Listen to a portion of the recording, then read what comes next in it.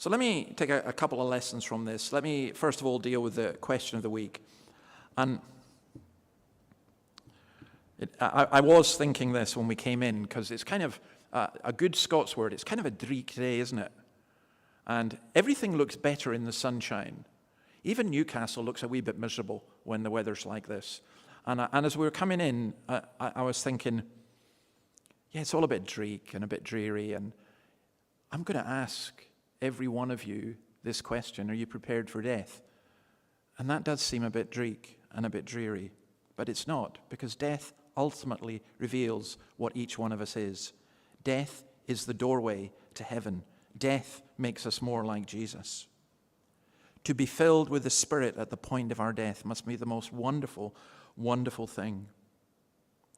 Death is, as we saw, falling asleep in Jesus. You shut your eyes and you're in heaven with Christ. It's a beautiful way to describe death.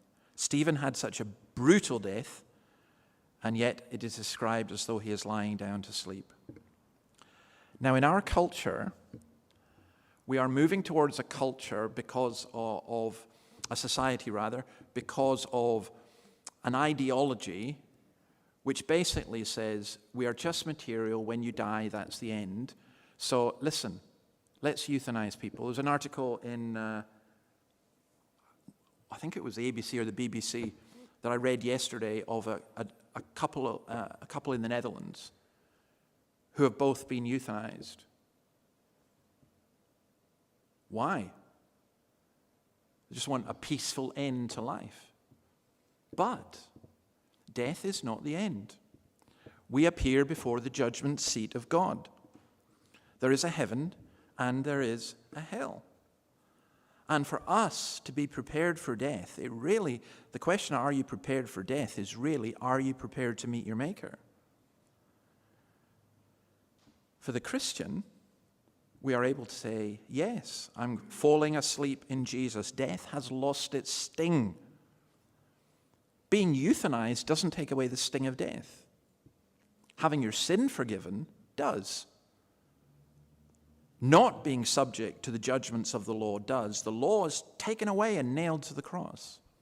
So the only way to be prepared for death is to come to know Christ. And I'm absolutely amazed, and I will say this as a truth. How many people I've met who, as they were dying, suddenly they are very awake to spiritual things.